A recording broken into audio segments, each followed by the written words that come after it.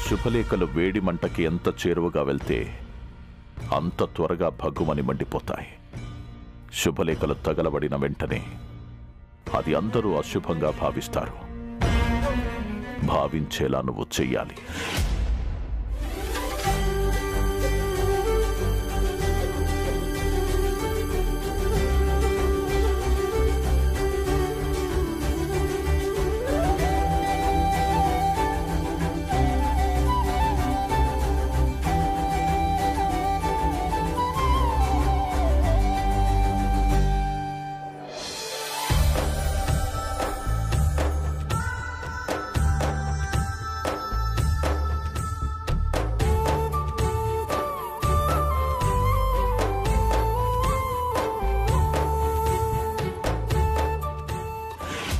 ఏటవాలుగా పారే ఏటికి ఎంత వేగం ఉంటే ఏం లాభం?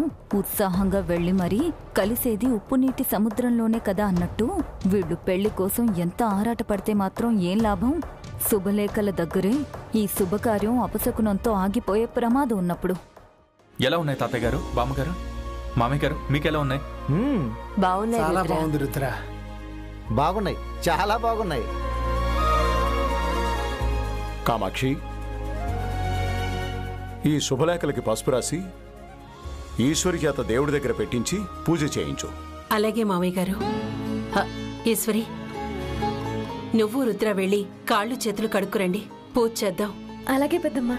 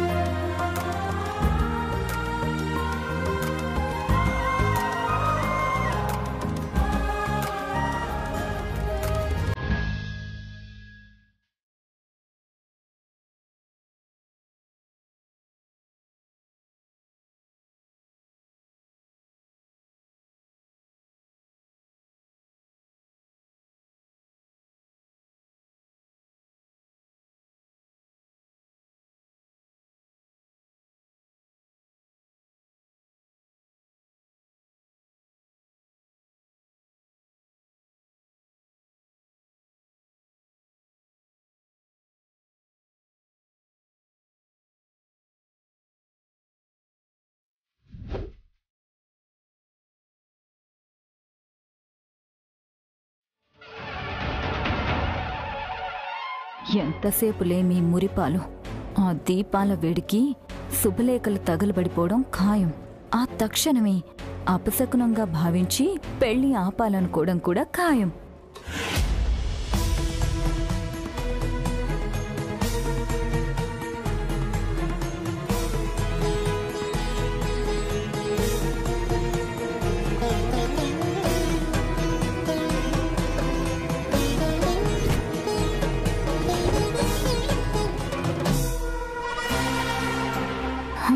శుభలేఖలేంటి ఇంకా తగలబడ్డం లేదు? దీపపు కాంతి దూరమైపోయినట్టుంది. హారతిస్తుందిగా, దాంతో తగలబడేలా చెయ్యాలి.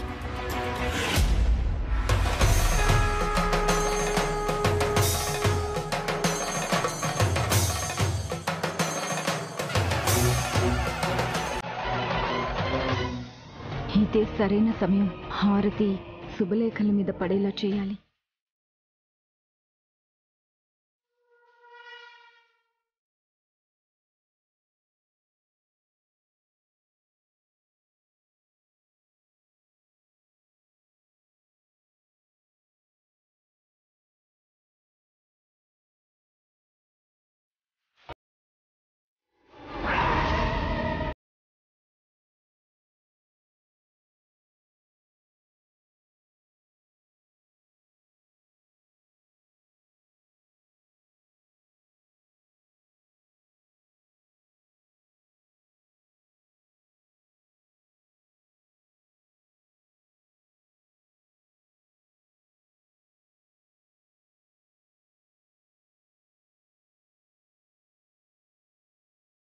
అయ్యో చూసుకోలేదక్కా. ఇప్పుడు పెళ్లి కార్డు నిండా మొత్తం పసుపు నీళ్లు పడిపోయాయిగా. మరేం పర్వాలేదులే కోమలి, పసుపు నీళ్ళేగా, పవిత్రమే, శుభమే జరిగిందిలే. నువ్వు బాధపడకు, భయపడకు. థ్యాంక్ యూ తాతయ్య. ఛ, అగ్గి సోకితే చాలు, వేడి తగిలితే చాలు, శుభలేఖలు సలసల మండిపోతాయి, భగభగ కాలిపోతాయని ఏవేవో కేడి చెప్పాడు. తీరా చూస్తే ఆ కార్డు మీద పసుపు నీళ్లు పడి అవి కాలి.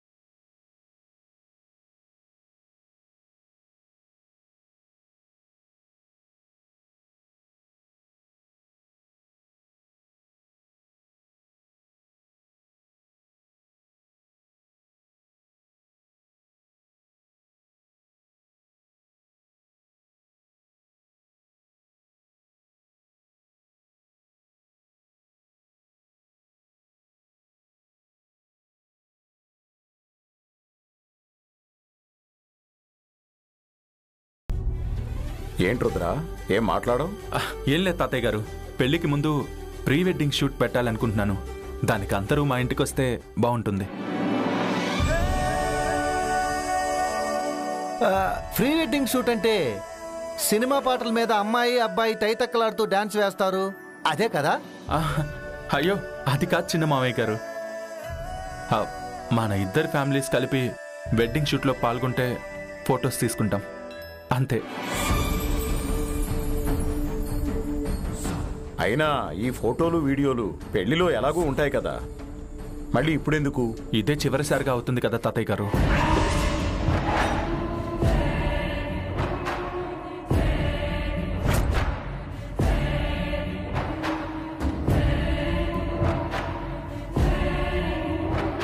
నువ్వు దేని గురించి మాట్లాడుతున్నావు బాబు? అదే తాతయ్య గారు, ప్రీ వెడ్డింగ్ అంటే వెడ్డింగ్కి ముందు చేసుకునేది కదా, వెడ్డింగ్ అయిపోయాక ప్రీ వెడ్డింగ్ ఉండదు కదా, అదే నా ఉద్దేశం.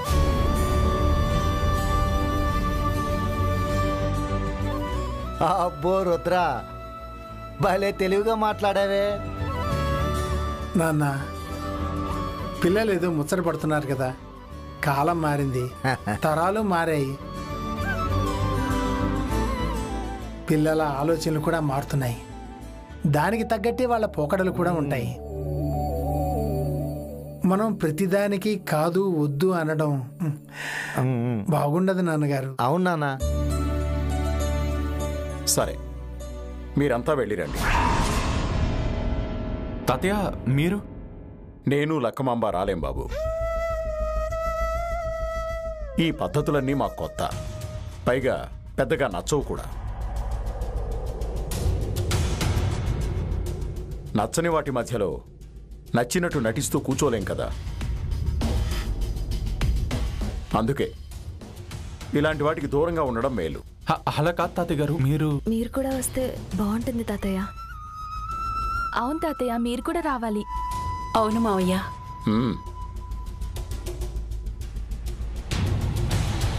రుద్రా, నేను ఎందుకు చెప్తున్నానో అర్థం చేసుకో. కావాలంటే వీళ్ళందరినీ తీసుకెళ్ళు, నేను వద్దండం లేదు కదా. సరే తాతయ్య గారు, మీ ఇష్టం. చిన్నమామి గారు, పెద్దమామి గారు అందరూ రావాలి. మళ్ళీ ప్రత్యేకంగా చెప్పాలా బావగారు? మేమందరం ఖచ్చితంగా వస్తాం.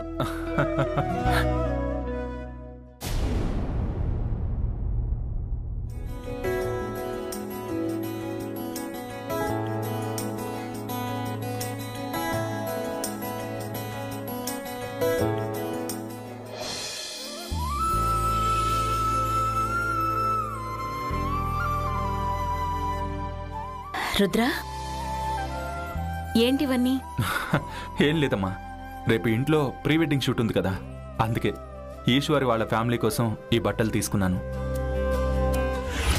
పరాయి వాళ్ల కోసం పైసలు బాగానే ఖర్చు పెట్టినట్టున్నాడే.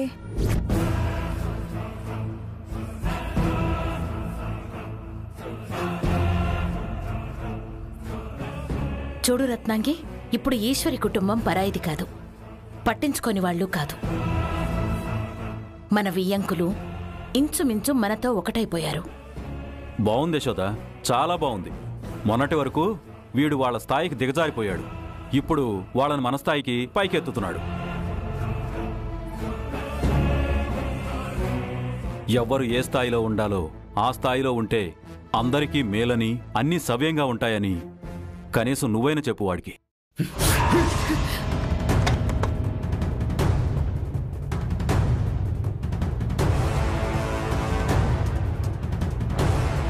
అమ్మా, ఇక్కడ కొంతమంది వాళ్ళ గతాన్ని మర్చిపోయి మాట్లాడుతున్నారు.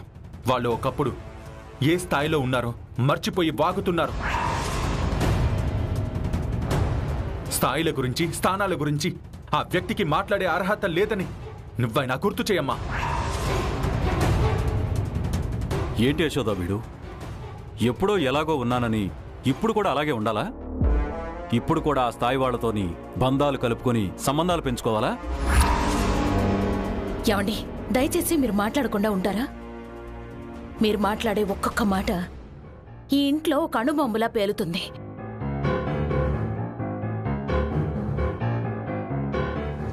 అందరి మధ్య చిచ్చు రేపుతుంది.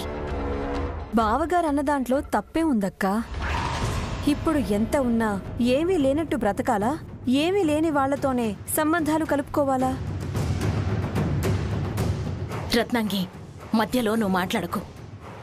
ఇది చాలా సున్నితమైన విషయం. నోటికొచ్చింది వాగితే లేనిపోని సమస్యలు పుట్టుకొస్తాయి. కానీ ఉన్న సమస్యలకి పరిష్కారం దొరకదు. అది కాదు యశోద.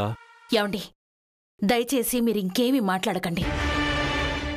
ఇంకా వీలైతే వెంటనే ఇక్కడి నుంచి వెళ్ళండి. అంటే నాకు మాట్లాడే అధికారం లేదా? నా ఇంట్లో నా ఇష్టం వచ్చినట్టు ఉండకూడదా? దయచేసి పరిస్థితిని అర్థం చేసుకోండి. ఇక్కడి నుంచి వెళ్ళండి.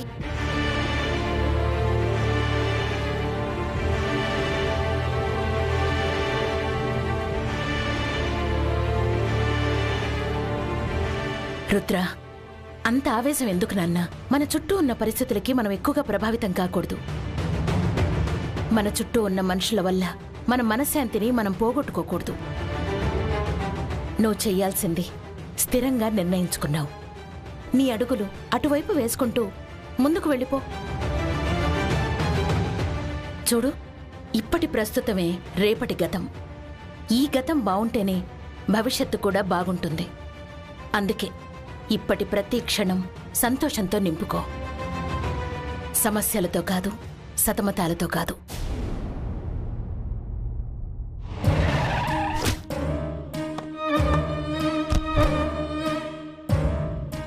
గతాన్ని గుండెల మీద పెట్టుకొని మోస్తున్నావా?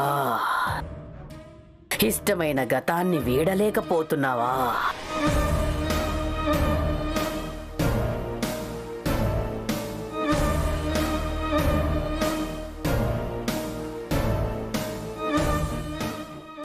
ఏం ఆలోచిస్తున్నావు నాన్నా? నువ్వు గతమంటే నాకు గుర్తొచ్చిందమ్మా. రోడ్డు మీద ఒక ముసలావిడ కనిపించింది. నా మెడలో ఉన్న ఈ లాకెట్ని గుర్తుపట్టి ఏదో గతం వర్తమానం అంటూ మాట్లాడింది.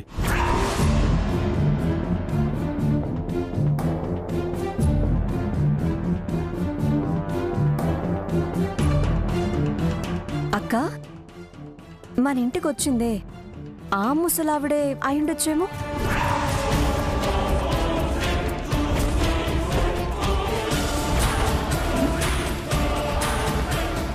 రత్నాంగి, నువ్వు అనవసరమైన విషయాలను ఏకం చేయడానికి ప్రయత్నిస్తున్నావు. ముందు నువ్వు ఇక్కడి నుంచి వెళ్ళు. అది కాదక్కా, ఆ వచ్చిన ముసలావిడ వెళ్ళమని చెప్తున్నాను కదా.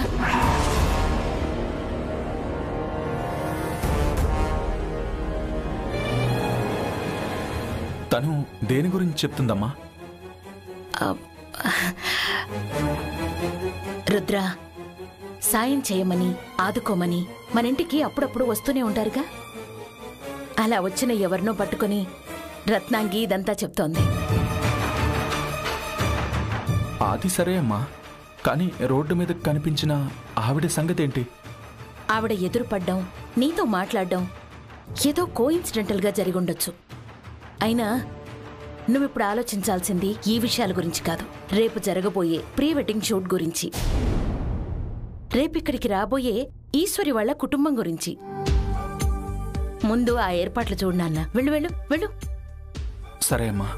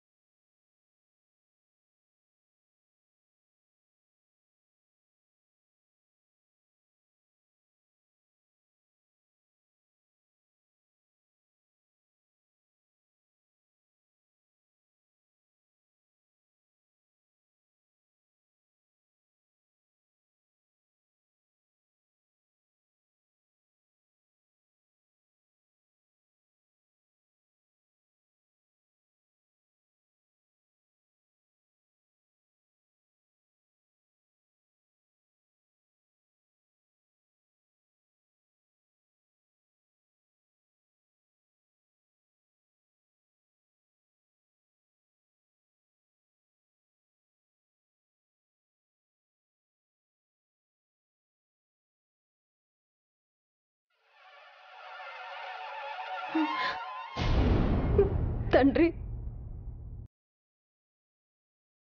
అవరోధాలు దాటి మా ప్రేమ పెళ్లి వరకు వచ్చిందని నేను, మా కుటుంబం ఎంతో ఆనందంగా ఉన్నాము. నాకు వచ్చిన ఈ కల గురించి తెలిస్తే ఇంట్లో అందరూ భయపడతారు, అపశకునంగా భావిస్తారు. ఇంకా మమ్మల్ని పరీక్షించకుండా, ఎలాంటి అనర్థాలు జరగకుండా మా కళ్యాణం జరిగేలా దీవించు తండ్రి.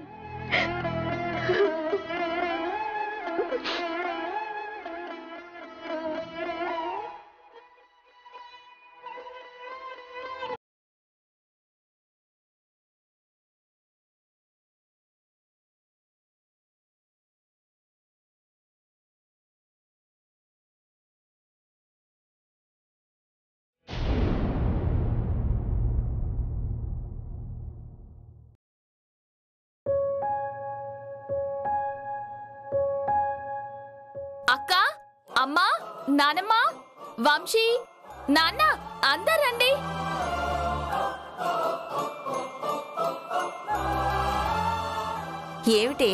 ఏమిటి విషయం? బావగారు ప్రీ వెడ్డింగ్ షూట్ కోసం మనందరికి బట్టలు పంపించారు.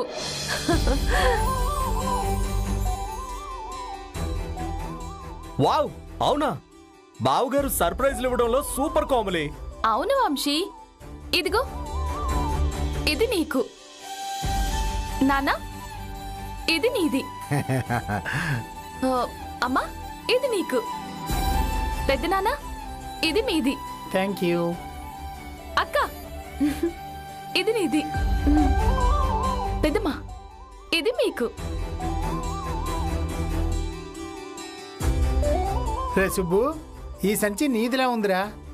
అవునానయ్య, ఇదిగో తీసుకో.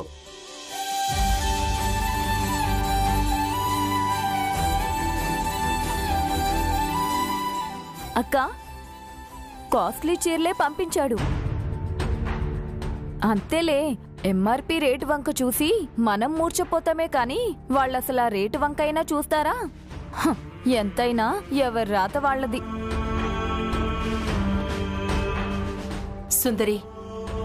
ప్రేమతో పంపించాడు. ఈ చీరల్లో ఆ అబ్బాయి అభిమానాన్ని చూడాలి, వాటి ధరలు కాదు. అక్క, నీ డ్రెస్ ఎలా ఉంది చూపించు.